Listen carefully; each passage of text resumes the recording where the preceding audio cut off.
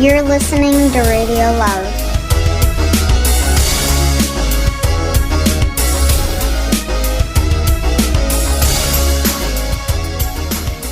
Welcome to Schmidt Talk. I'm Savvy Schmidt, and today we have a very, very interesting guest talking about topics that, although not talked about often, are of particular concern to everyone. Benjamin Blakeman is an esteemed stock expert and attorney, and he's going to teach you more than a few things, not only about stocks, but legalities surrounding life insurance as well. And you're going to find out who might hold the bag in fraudulent cases.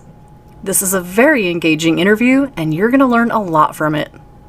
Now, without further ado, here's my interview with stock expert Benjamin Blakeman. Welcome to Schmidt Talk. I'm your host, Savvy Schmidt, and joining me today is Benjamin Blakeman. He is a life insurance law expert. Welcome to the show, Benjamin. Thanks. I'm actually a life insurance lawyer. Oh, wow. That's a specialty of my law practice, more so than an expert. I usually use outside experts on my cases. I can't testify as an expert in my own legal case.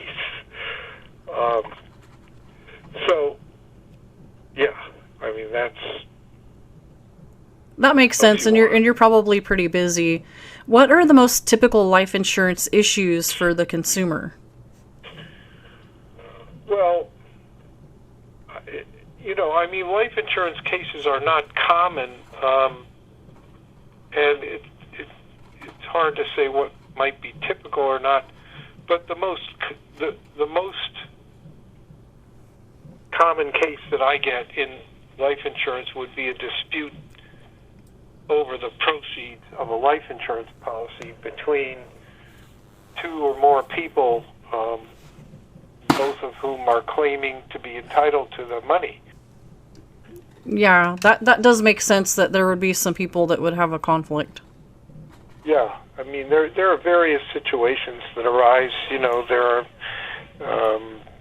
undue influence claims, when somebody changes their beneficiary at the last minute before they die, or, a month or two before they die, to one or another child, or there's a ex-spouse making a claim against a present spouse, or all kinds of things like that. I even had a case where a man who murdered his wife was actually claiming the death benefit on her policy, and I was representing the children. Oh my gosh. And of course, if you murder somebody, you're not entitled to yeah. I would think so, yeah. That makes sense, because you don't want to give people incentive to kill people. Oh, that's right. Absolutely. Yeah. And also, I heard that you were the lawyer for a very big case. Do you want to talk about that? Well, I can, you're referring to the Robin Hood case, I take it. Yes. Yeah, I can say a few things about it. I can't say a lot about it because there was a confidentiality agreement. So what I can say is that last year, Robin Hood had a customer, a 20-year-old college student, who was actually living at home because it was during the pandemic, living in Illinois, named Alexander Kearns. And Alexander received a notification, I believe it was via email, that a transaction, an option transaction that he was involved in, required, it had been exercised, and it required him to deposit $730,000 in his bank account. And it was basically a misunderstanding. And he was unable to get information from Robin Hood, and he believed that he owed that money, and he committed suicide. Oh. And I reached out to the parents. I wasn't really looking for a legal case, actually. I was just very upset because I write a stock market newsletter once a week. I've been doing it for years. And it was a matter of concern to me that there would be such a terrible misunderstanding that would result in somebody's death. And we wound up taking the case. I put together a team of lawyers, and we wound up taking the case, and we settled the case. And that's, I really can't say any more than that. Yeah. But it was, I can say that it was brought closure to the parents and his sister. He was apparently a very sweet and lovable guy, and it was just a terrible Shakespearean tragedy. Oh, that is really sad. Yeah. I'm sorry. But that's not, that was way outside of what I normally do. Mm-hmm. What is your background on being a lawyer in life insurance? Okay, well, I've been a lawyer for many years, since the 70s. But I got into life insurance through a strange series of circumstances. The first, I had a solo practice, a private practice, virtually during my entire career. And at a certain point, it was mostly real estate and contract litigation. But my main client died in the late 90s. He was a friend of my mother's from childhood who had a lot of real estate transactions and a lot of litigation, and when he died, my practice was not sufficient to sustain me, and I went looking for something else to make a living, and I wound up becoming a life insurance agent and securities. Worked for 3 different agencies over a period of 7 years. I was also a compliance officer at 2 of them, securities compliance officer. And I learned a lot, obviously, about life insurance and securities from doing that. And then I had an opportunity to get back into a law practice with a bunch of client referrals, and I took it. And I focused that practice, other than the referrals I was getting, which were mostly real estate cases. I decided to actively seek cases involving life insurance, and that's what I did. So I started just focusing the practice on life insurance. After the economic collapse in 2008 and 2009, there really weren't so many real estate cases anymore, and so, that's what I did. There were plenty of life insurance cases, or at least enough to keep me busy. Why do you think there is a need for life insurance litigation? Well, I mean, these disputes develop. I mean, if 2 people have a dispute over who's entitled to $1 million death benefit, they're going to go to a lawyer. I mean, they have no alternative. In fact, most of those cases involving disputes get filed by the insurance company as what we call an interpleader, and they actually sue the 2 people that are the adverse claimants, they sue them in court, and they have to get lawyers or, risk what will happen if they try to represent themselves, which was a terrible mistake for anybody to try to do in that kind of a case. So, the other cases are when you get denial of a claim. Well, you can either just walk away and forget about getting your money, or you can get a lawyer and sue. We also have malpractice cases, and a lot of very, very strange situations that you would never think of. But, yeah, they need a lawyer because they can't fight an insurance company without one, at least not effectively. Yeah. And also, I imagine that elders need help also. Has the climate changed in people seeking support and help with elder financial abuse? Well, elder financial abuse is a type of elder abuse that is a focus of,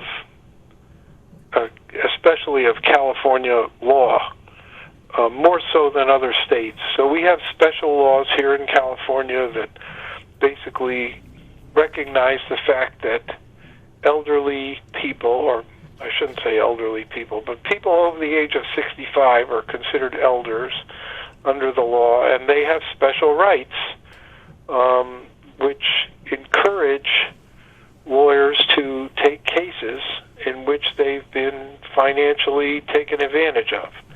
And, the legislature has recognized that elders are more likely to be financially taken advantage of. They're certainly a target because they have most of the money, but they don't necessarily have enough money to pay for lawyers' fees. If you pay for hourly lawyers' fees, it could cost you up to $1,000 an hour, and most people don't have that kind of money. So what they did was they enacted a law which said that if you represent a person over the age of 65, a California resident that has been financially abused as defined in the statute, that you are entitled to be reimbursed for your reasonable attorney's fees. And they get lawyers to take cases by doing that. Of course, the lawyer has to honestly believe that there is a legitimate case. Otherwise, he's not going to get paid. But that's true of all contingent fee cases. And when it involves life insurance, it's just an additional claim that you throw into the complaint, which tends to freak defendants out because they know, one, that if they lose, they're going to have to pay your fees in addition to their own attorney's fees, and your costs in addition to their own costs, and that could cost a lot of money. Yeah, even definitely. On a relatively small claim. Yeah, definitely. What is the first thing someone notices with insurance bad faith? Bad faith is a concept of it's every insurance company has an obligation to its policyholders to act in good faith.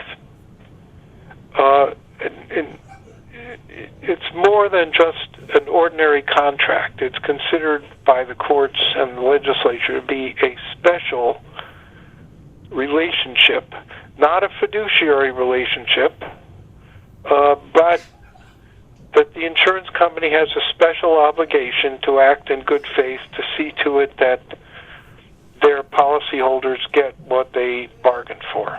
And the insurance company having to pay attorney's fees to the plaintiff's attorney if they have found to have acted in bad faith. Usually it arises in the context of a claim various things that insurance companies have done to make it difficult for a person to get paid on a legitimate claim. But it can be in other places, areas as well. Yeah. What are life settlements? Okay, a life settlement is the sale of a life insurance policy to a third person who has generally no direct relationship with the insured. So, in other words, in most cases, the person who takes out a life insurance policy will either be the insured himself or a relative of the insured who is in some way dependent on that insured for emotional or financial support.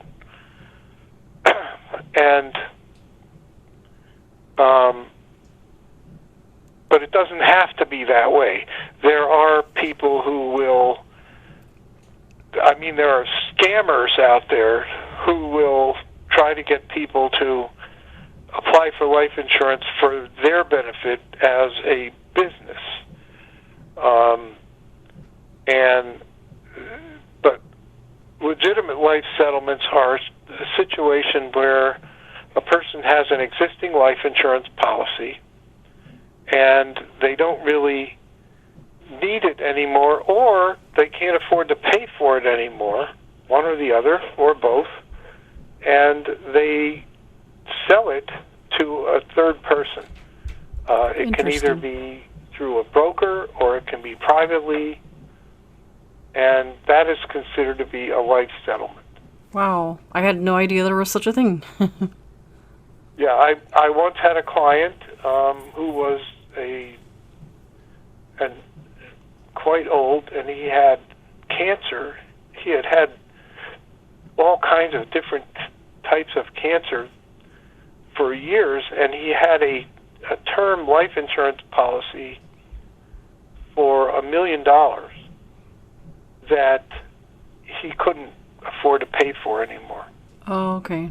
And he wanted to sell it, and we wound up getting him $250,000 for that policy, which is about 5 times what he had been offered before he came to me. Oh, that's good.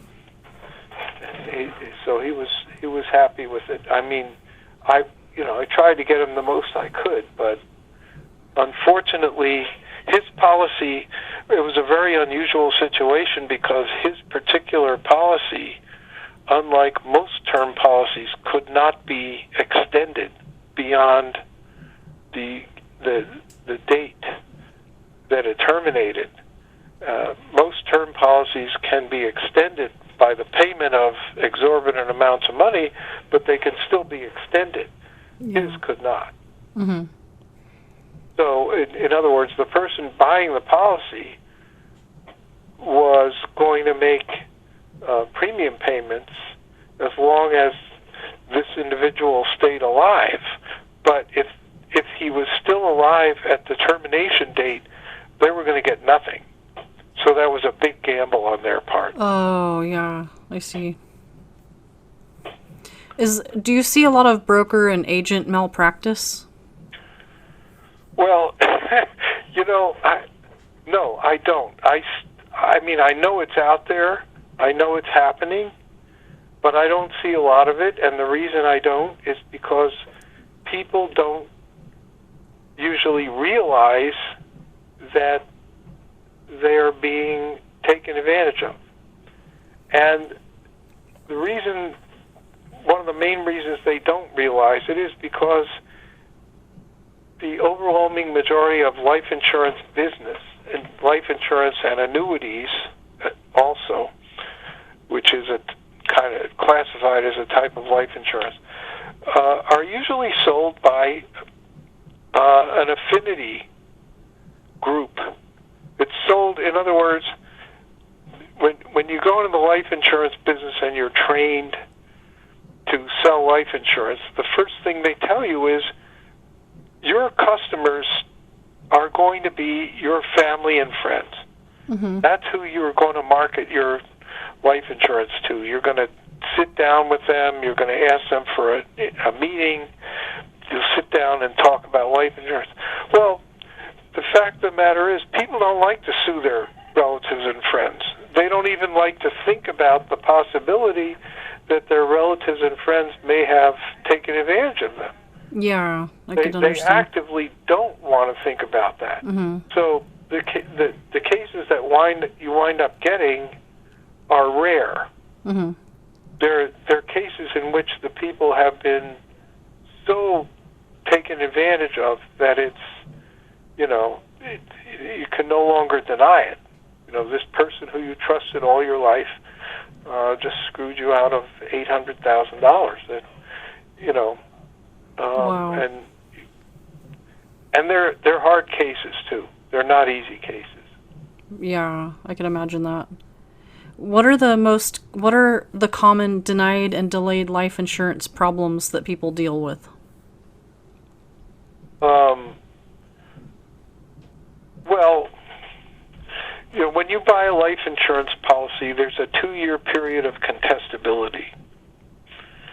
That means that if you die within 2 years of when that policy is issued, the insurance company has the right to do what they call post-claims underwriting, in which they go back and look at your application and they look at what you've disclosed and they look at what you've died of, and they look for any misstatement or non-disclosure in your application.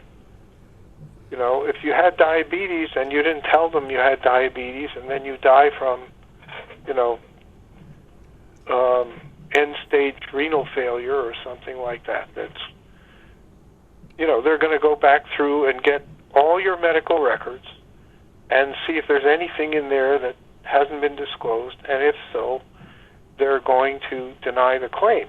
While they're doing that investigation, your claim is going to be delayed. They're not, ordinarily they just pay within 60 days, and they're obligated to pay within 60 days, but if they're doing a good faith investigation, they don't. As long as that investigation is going on, your claim is going to be delayed. And there may not be anything you could do about it, but there are various things that attorneys can do to speed it up a little bit or to facilitate the determination that the claim is legitimate. Also, obviously, if a person is missing and they don't have a body, that's going to delay a claim. Oh, yeah. I would imagine that. What is the life insurance incontestability clause? Well, it's just what I was saying before. Once that policy has been in existence for 2 years, 2 years after it's been issued, it's not contestable anymore. And that means that even if you lied on your application and you didn't disclose the fact that you were diabetic, that you had heart disease, you had an artificial heart valve, or you had a liver transplant, or whatever the case may have been, it's not on your application, it becomes incontestable. Which means the insurance company can no longer look into it, even if, no matter what the situation was, except for certain things, such as if somebody impersonates someone else when taking the medical exam, or, did not have any insurable interest in the person who was being insured, they can still challenge that. And the reason they can still challenge that is because under the law, if you had no insurable interest at the time the policy was issued, that is, if the owner of the policy had no insurable interest in the insured person, then it's considered to be a nullity. Okay. And also, if the person who took the medical exam, assuming there was a medical exam. There's not always a medical exam. But if the person who took the medical exam was not the person who was being insured, then it's called a void ab initio, meaning no contract was ever created because the person they thought they were insuring was not the person that they were actually insuring. Yeah. That makes sense. Has the pandemic changed the way consumers encounter problems with life insurance?